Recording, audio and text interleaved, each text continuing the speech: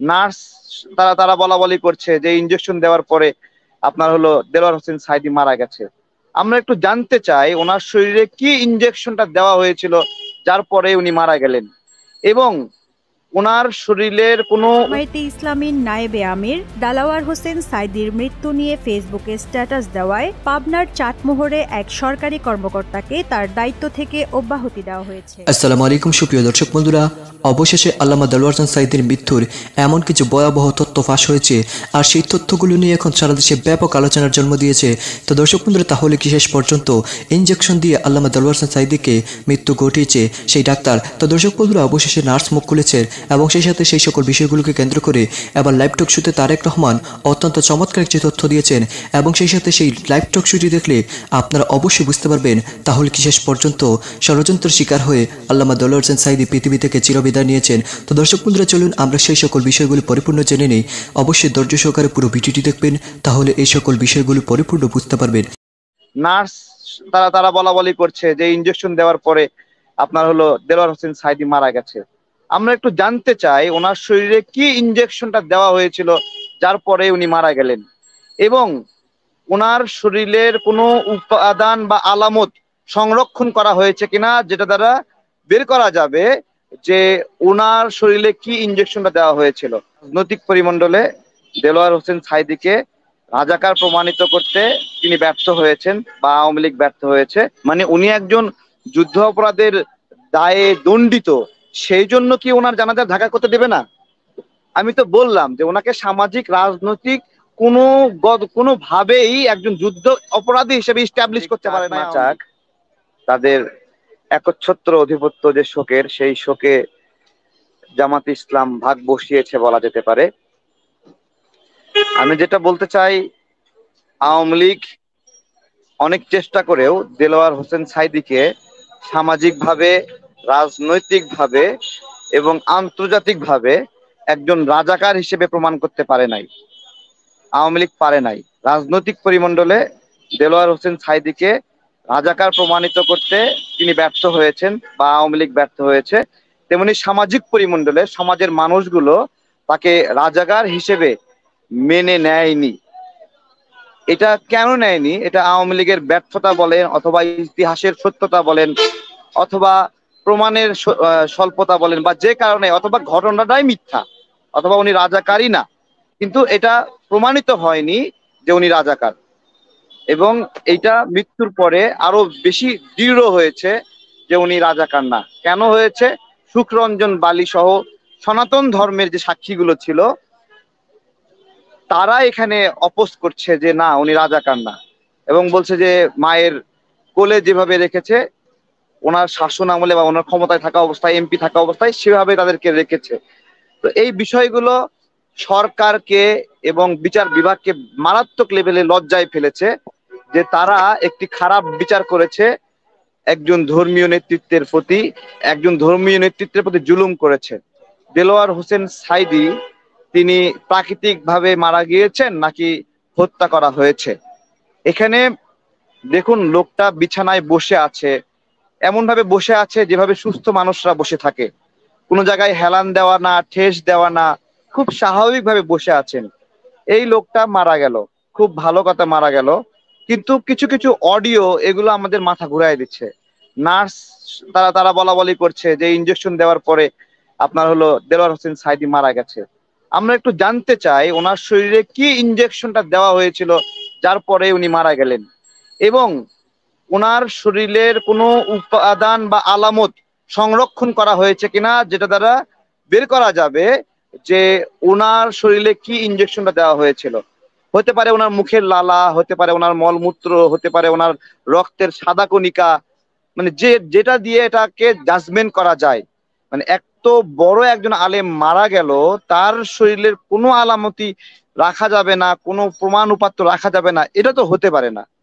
এখানে উচিত ছিল যে তাকে ওই হাসপাতাল থেকে বের করে জামাতি ইসলামের সমর্থিত বা জামাত ইসলামের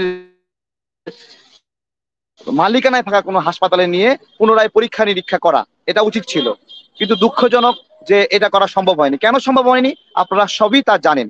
যে হাজার হাজার লাখ লাখ মানুষ তাকে ঢাকায় দেখার জন্য অস্থির হয়েছিল, তাদেরকে দেখার সুযোগ দেওয়া হয়নি। দেলোয়ার হোসেন সাঈদীর লাশ নিয়ে কি তারা বিক্ষোভ মিছিল করতে বের হতো বা গাড়ি ভাঙচুর করত? আমার প্রশ্ন এটা, যে কেন এরকম অবস্থায় মারপিট করা হলো? মারপিটের অবস্থায় কেন? মানুষ তো যেই লোকটাকে বছরের পরে বছর অপেক্ষা করেছে যে এক নজর দেখবে, তারা এই লোকটাকে বক্তৃতার মাঠে দেখেছে, ওয়াজ মাহফিলে দেখেছে, একটা নজর দেখতে চায়, জীবিত দেখতে চায়। জীবিত দেখতে পারলো না, খুব ভালো কথা, মৃত ব্যক্তিটাকে এক নজরের জন্য দেখতে চায়, এই জন্য অপেক্ষা করেছিল, তাদেরকে মেরে পিটে সরাই দিল। তাহলে এই যখন অবস্থা, তখন এই লোকটাকে একটা হাসপাতালে নিয়ে গিয়ে রিচেক আপ করার কতটুকু সুযোগ ছিল? সেটা হলো আমার প্রশ্ন। সেই সুযোগটা ছিল না। এখন বিষয় হলো যে কেন তার জানাজা নামাজটা ঢাকায় করতে দেওয়া হলো না? মানে উনি একজন যুদ্ধ অপরাধের দায়ে দণ্ডিত, সেই জন্য কি ওনার জানাজা ঢাকা করতে দেবে না? আমি তো বললাম যে ওনাকে সামাজিক রাজনৈতিক কোনোভাবেই একজন যুদ্ধ অপরাধী হিসেবে ইস্টাবলিশ করতে পারে নাই আওয়ামী লীগ, তারেক কোনোভাবেই ভাই, ইস্টাবলিশ করতে পারে নাই।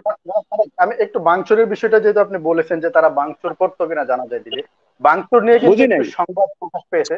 আহ বুঝিনি। যে বাংচুরের বিষয়টি আপনি বললেন যে তাদেরকে জানাজার নামাজ পড়তে দেওয়া হলে বাংচুর করা হতো কিনা। ঢাকায় জানাজার এইটা শোনেন, দাবিতে যখন শোনেন আমি বিক্ষোভ একটা করা হতো আপনাদেরকে কথা শাহবাগে, বলি, আমি বুঝতে সেখানে পেরেছি কিন্তু আপনার গাড়ি প্রশ্ন, ভাঙচুরের বুঝতে অভিযোগ পেরেছি উঠেছে জামাত আপনার কর্মীদের প্রশ্ন, বিরুদ্ধে। আমি বুঝতে পেরেছি। শোনেন, আপনার হলো জামাতে ইসলামের সঙ্গে দ্বন্দ্ব হলো সরকারের বা প্রশাসনের, তাদের সঙ্গে রিক্সাওয়ালার বা বাসের যাত্রীদের সঙ্গে দ্বন্দ্ব না, যে বাসে একটা ঢিল মারবে। ঠিক আছে, তো এইখানে আওয়ামী লীগ ওইখান থেকে সরে গেলেই পারে, যাদের সঙ্গে দ্বন্দ্ব হবে। দ্বন্দ্ব, মারামারি, হানাহানি এগুলো তো আওয়ামী লীগের রক্তে আছে, এগুলো তো আওয়ামী লীগ করে। আপনার দেখুন, মানে যে ব্যক্তিটা 1971-এ মানুষ হত্যা করেছে, ধর্ষণ করেছে, মানুষ তো তার রূপ বদলায় না। সে 1971-এর পরে ভালো হয়ে গেল কেন? মানে দেলোয়ার হোসেন সাঈদীর বিগত সময়ে আমাদের বুদ্ধির বয়সে আমরা কি কি ক্রাইম করতে দেখেছি, তাকে কি কি অন্যায় করতে দেখেছি, কতটা ধর্ষণ করতে দেখেছি। তো আমাদের মুক্তিযোদ্ধারা বলেন যে যুদ্ধে অস্ত্র জমা দিয়েছি, ট্রেনিং জমা দেই নাই। তাহলে রাজাকাররাও তো অস্ত্র জমা দিয়েছে, অস্ত্র ছেড়েছে, ট্রেনিং তো জমা দেয়নি। তাহলে তাদের সেই প্রশিক্ষণ কি তারা ছেড়েছে? আমার প্রশ্ন এটা, সেটা তো তারা ছাড়েনি। এখন আমরা এই বিষয়গুলোর থেকে ঘুরপাক খাচ্ছে যে দেখুন, এই লোকটার জানাজা নামাজের জন্য লক্ষ লক্ষ মানুষ অপেক্ষা করছে, তার জানাজা নামাজ ঢাকায় করতে দেবে না। কেন করতে দেবে না? একটু মাইকটা বন্ধ করেন, আপনাদের আপনাদের কথার কারণে, মাইকের কারণে আমার কথা রিপিট হচ্ছে। সবার মাইকেল একটু মিউট করে দেন, সবার মাইকেল মিউট। আপনার মাইকটাও বন্ধ করেন। হ্যালো, হ্যাঁ ঠিক আছে এবার। তো আমি বলছিলাম যে এই যে এই লোকটাকে মানে দেলোয়ার হোসেন সাঈদী যে মারা গেল, পরের দিন তার যে জানাজা নামাজ হবে, প্রথম প্রশ্ন যে 15 আগস্ট বঙ্গবন্ধুর শোক দিবস, খুব ভালো কথা, সেই দিনে তারা জানাজা নামাজ করতে দেবে না। তাহলে কেন একদিন পরে করতে দিল না? নাকি এইটাই যে তার জানাজা নামাজ করতেই দিবে না, এরকম একটা উগ্রতা? দেখুন, আপনারা জোর করে 15 আগস্ট শোক দিবস পালন করছেন, মানে অনেকে কিন্তু শোকাহত না এই সময়ে। মানে 15 আগস্টের শোক দিবস, কিন্তু এটা অনেকের জন্ম দিবস, অনেকে বিবাহ দিবস, অনেকে মানে সবকিছু তো নিষিদ্ধ না এই দিনে। তো এই দিনে তো সবকিছু বন্ধ করতে পারবেন না। কিন্তু দেখুন, আপনারা মানে এই দিনটাতে দেলোয়ার হোসেন সাঈদীর শোকটা পালন করতে দিলেন না।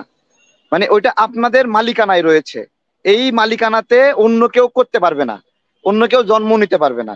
যে কারণে দেলোয়ার হোসেন সাঈদী, দেখুন আপনারা যে শোক দিবসটা পালন করেন, ঢাকা শহরে সারা দেশে পালন করেন, কতজন মানুষ স্বতঃস্ফূর্ত ভাবে এটা পালন করে। এইটা মানে আপনারা মানে শোক দিবসটাকে এমন পর্যায়ে নিয়ে গেছেন যে মাইক বাজিয়ে এটা একটা উৎসবের মতো। মানে শোক দিবসটা আওয়ামী লীগের জন্য মানে এটা একটা শোকের দিন, বাট সামহাও এটা কেমন যেন তাদের জন্য একটা মানে মহৎ দিন।